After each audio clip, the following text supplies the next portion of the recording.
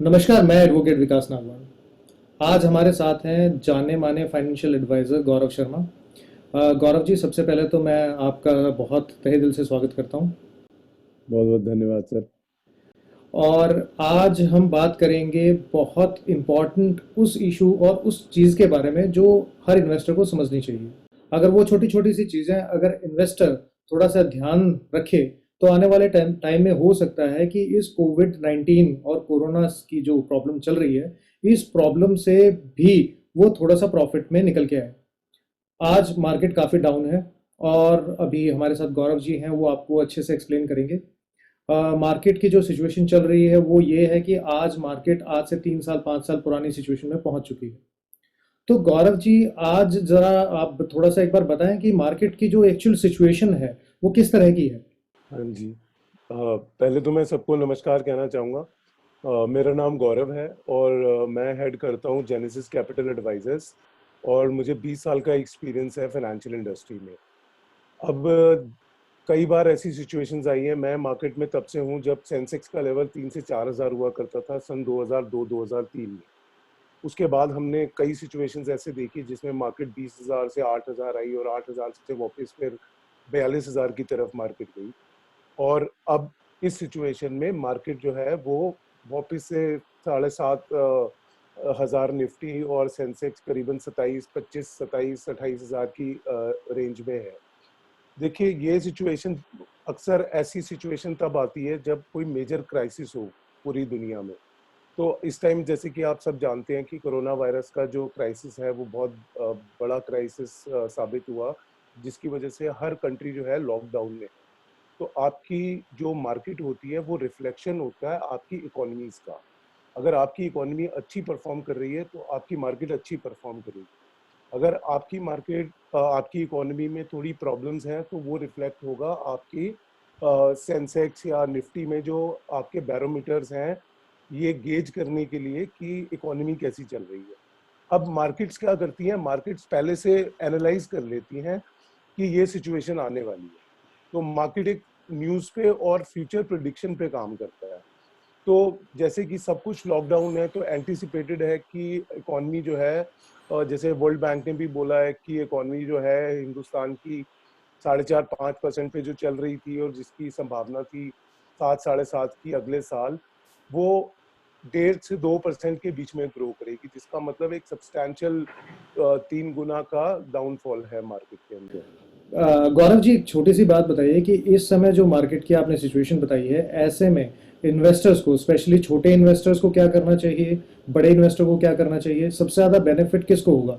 जो बड़े इन्वेस्टर्स हैं उनको ज़्यादा फायदा होगा या जो छोटे इन्वेस्टर्स हैं उनको भी फायदा होगा? और देखिए, इन्वेस्टर्स की जहाँ तक बात है, बड़े इन्वेस्टर्स जिनके पास लिक्विडिटी है उन्होंने पिछले 3 हफ्ते में काफ़ी बाइंग की है।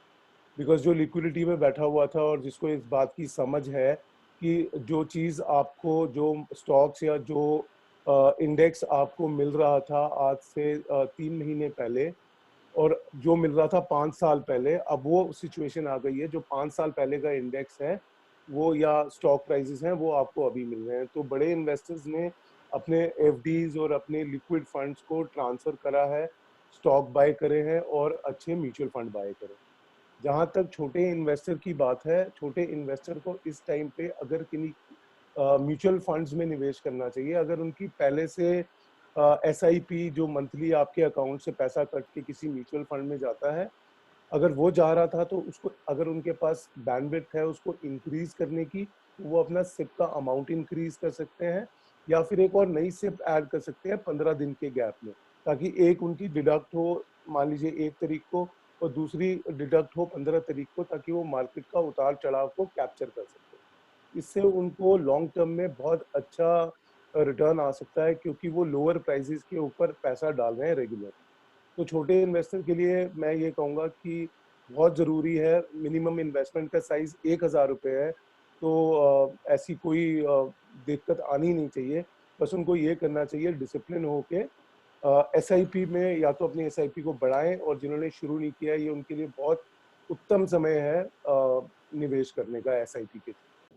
गौरव जी, जनरली हमने जो ट्रेंड देखा है वो ये होता है कि जब मार्केट ऊपर जाती है तो लोग इन्वेस्ट करते हैं, जो हमारी इंडियन मेंटेलिटी में हमने देखा है, काफ़ी लोगों ने इस तरह के काम किए हैं और करने की कोशिश करते हैं, और जब मार्केट डाउन होती है तो लोग मार्केट से थोड़ा सा पीछे हटते हैं। आपके हिसाब से ये सही मेंटेलिटी है या चेंज होनी चाहिए? ये एक्चुअली चेंज होनी चाहिए, बिल्कुल चेंज होनी चाहिए। देखिए, रिटेल इन्वेस्टर को तो पहले ही एसआईपी का रूट लेना चाहिए, क्योंकि उसके पास एकदम बहुत सारा बल्क का पैसा नहीं होता।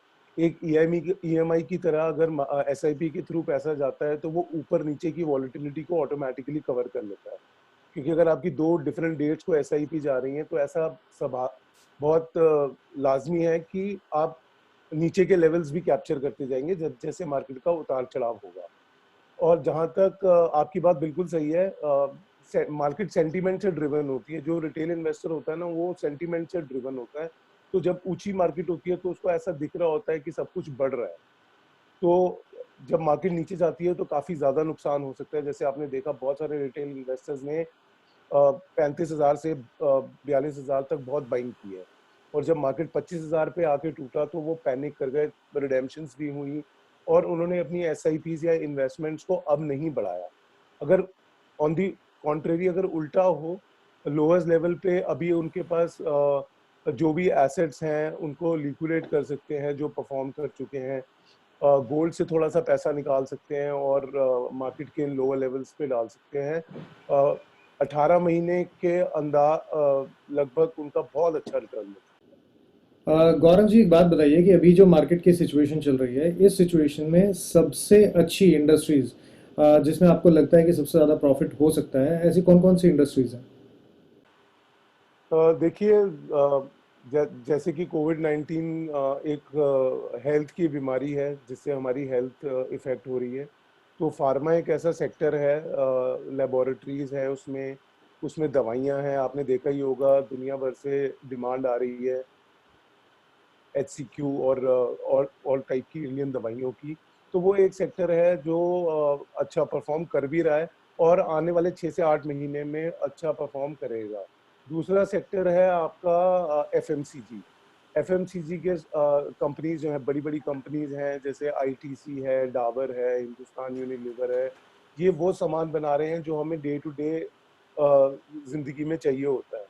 तो ये दो सेक्टर्स जो है वो डिफेंसिव सेक्टर्स शुरू से रहे हैं और अभी इस टाइम पे परफॉर्म इसलिए कर रहे हैं क्योंकि आप सब घर पे लॉकडाउन है तो बेसिक चीज़ों की ज़रूरत बहुत ज़्यादा है। तो ये वो कंपनीज हैं जिनमें निवेश करके फ़ायदा हो रहा है।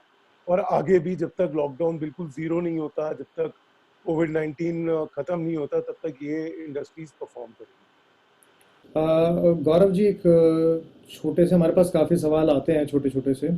उसमें से अभी एक बहुत इंपॉर्टेंट सवाल है जो काफ़ी मेरे क्लाइंट्स भी और जानकार पूछते हैं।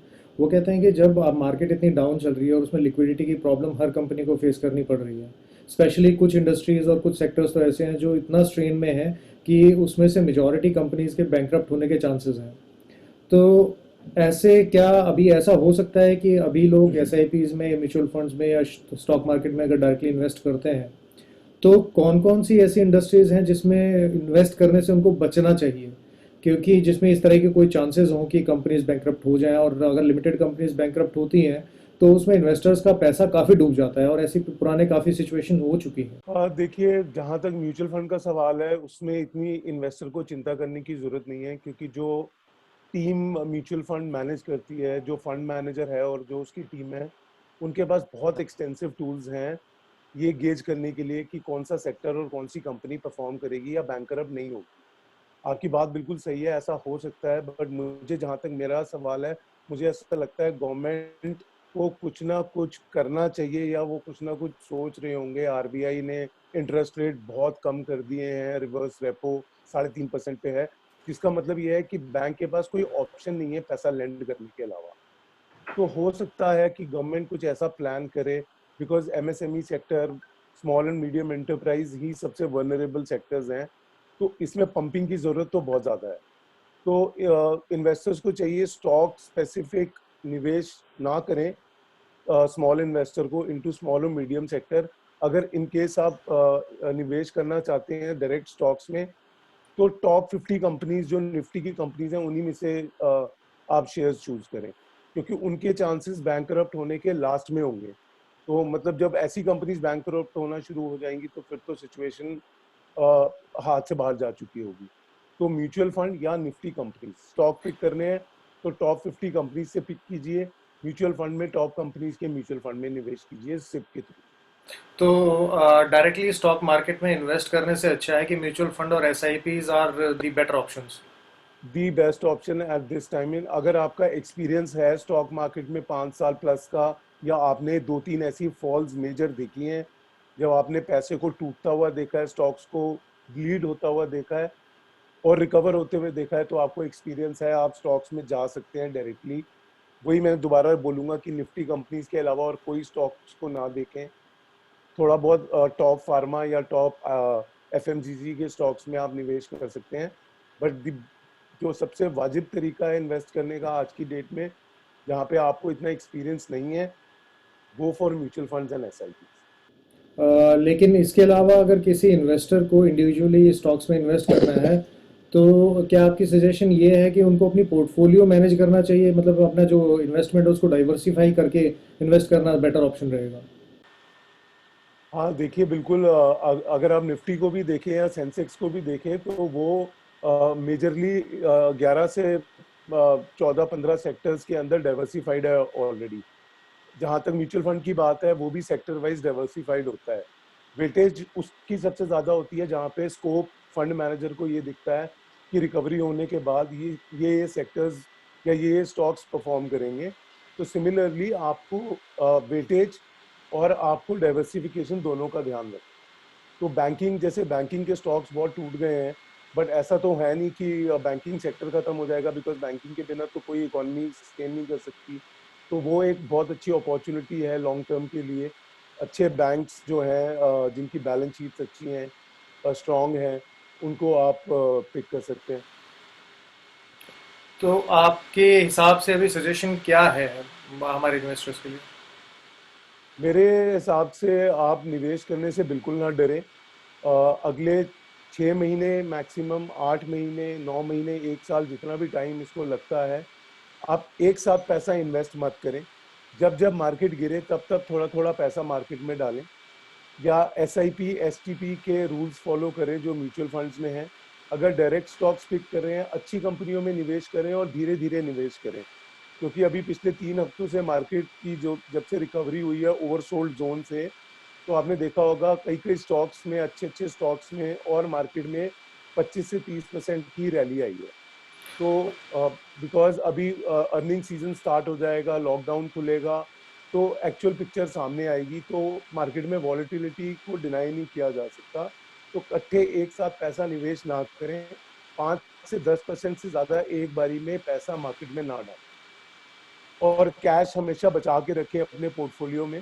पूरा 100% पैसा मार्केट में निवेश ना करें। कैश ऐसी सिचुएशंस में आपकी बहुत काम आ सकता है।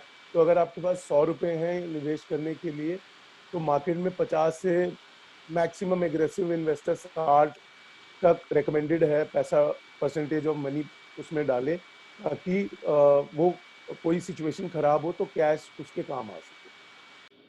चलिए गौरव जी, आपका अपनी एक्सपर्ट ओपिनियन और नॉलेज हमारे व्यूअर्स और हमारे साथ शेयर करने के लिए बहुत बहुत धन्यवाद। बहुत बहुत शुक्रिया आपका मुझे कांटेक्ट करने के लिए।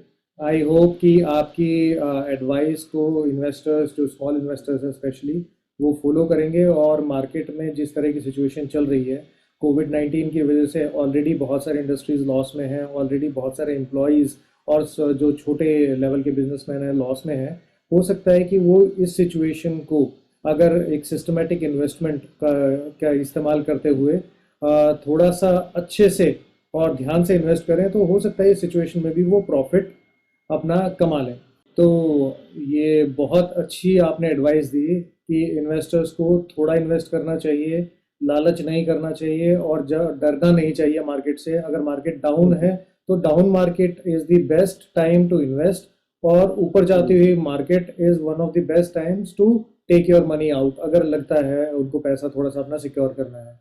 इसके अलावा जो अमाउंट है, वो अमाउंट और जो अपना कैश है, कैश अपना संभाल के रखें, क्योंकि सिचुएशन क्या रहेगी क्या नहीं रहेगी ये नहीं पता है। इंडस्ट्रीज़ के जो सेक्टर्स हैं, कुछ सेक्टर्स हैं उनसे अभी थोड़ा सा अवॉइड करें, अपना पोर्टफोलियो मैनेज करके चलें। अगर डायरेक्ट स्टॉक में इन्वेस्ट करना है तो डाइवर्सिफाइड होना चाहिए, अदरवाइज एसआईपी और mutual funds are the best option.